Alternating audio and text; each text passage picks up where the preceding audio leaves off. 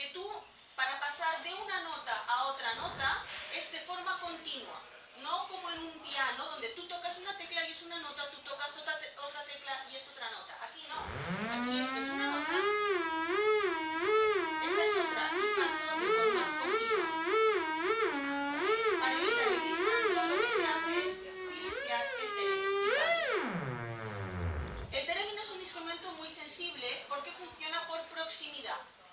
Dependiendo del ambiente, cada theremin suena de una forma. Dependiendo del intérprete, cada theremin suena de una forma. Cuando un intérprete interpreta canciones, una música, en el theremin debe estar muy quieto, completamente estático, y únicamente mueve los brazos o los dedos.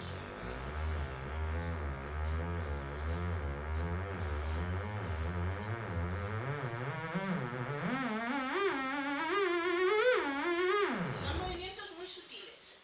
Pequeños movimientos cambian mucho la forma.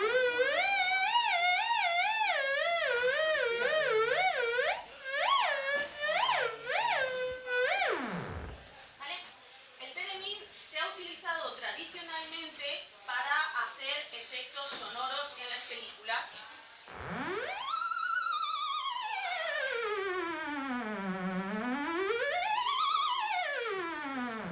¿A que lo habéis oído alguna vez en las películas de miedo? De hecho, lo habéis oído en muchas bandas sonoras. Hay muchas bandas sonoras que utilizan el theremin. Es un instrumento muy antiguo. Se inventó en 1919. O sea, fijaos, va a cumplir cerca de 100 años. Lo inventó un ruso. Era un físico y violonchelista ruso. Se llamaba Lev Sergeyevich Termen. Lev Sergeyevich era físico, tenía formación científica, pero también tenía formación musical. Y él pretendía, con los nuevos elementos electrónicos que se acababan de inventar, porque el primer elemento electrónico, que fue la válvula de vacío, se inventó en 1906, lo que pretendía era hacer un instrumento musical, un sintetizador de sonido, algo que pudiera sintetizar el sonido. Entonces, él intentó trabajar con aquellos elementos que eran unas válvulotas así grandes, como bombillas gigantes, ¿no? Y eran muy grandes. Intentaba trabajar con aquello y se daba cuenta que cuando ya tenía su circuito montado, pasaba por al lado y sonaba. Pasaba por al lado y cambiaba. Y dijo, bueno, pues esto se puede aprovechar. Así que lo que hizo fue montar dos circuitos osciladores. Un circuito oscilador es un circuito que tú le metes una corriente normal y saca una señal sinusoidal, un seno. Algo va dando vueltas, va girando así, es como una onda, saca una onda. ¿Vale? Una onda tiene... distribuiros por ahí, por favor. Una onda tiene una determinada frecuencia. Una onda tiene una determinada frecuencia. Las ondas sonoras son lo que nosotros oímos y tienen las frecuencias, dependiendo de la frecuencia, oímos una nota u otra. Pero las ondas sonoras son ondas de baja frecuencia, de frecuencias muy pequeñas. Y lo que él podía fabricar eran generadores, osciladores, que generaban señales de frecuencias muy altas. Así que en lugar de poner uno, puso dos.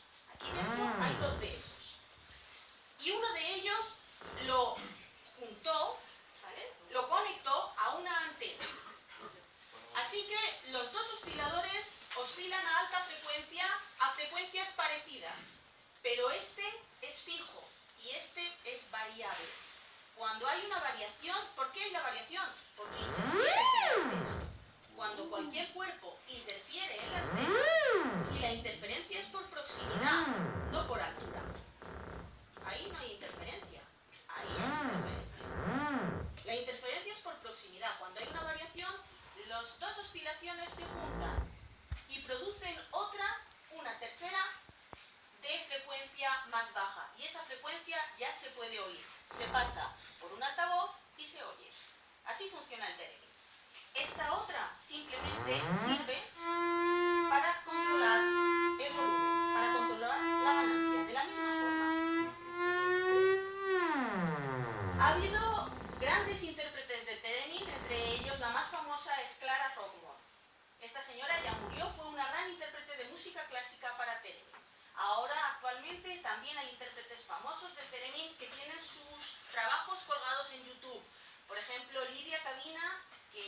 profesora de conservatorio rusa que trabaja actualmente en Moscú, en el Conservatorio de Moscú, y es sobrina nieta de Teremin, del inventor.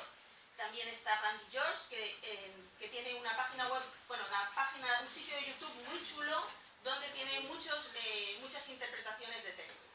Nosotros en la Escuela de Telecomunicaciones hemos organizado algunos conciertos de Teremin con mucha gente. Tenemos amigos que son intérpretes de Teremin y vienen de vez en cuando. Y bueno, la cosa está, si queréis tocarlo, no se toca. ¿Vale? Si queréis tocarlo, no se toca. Uno solo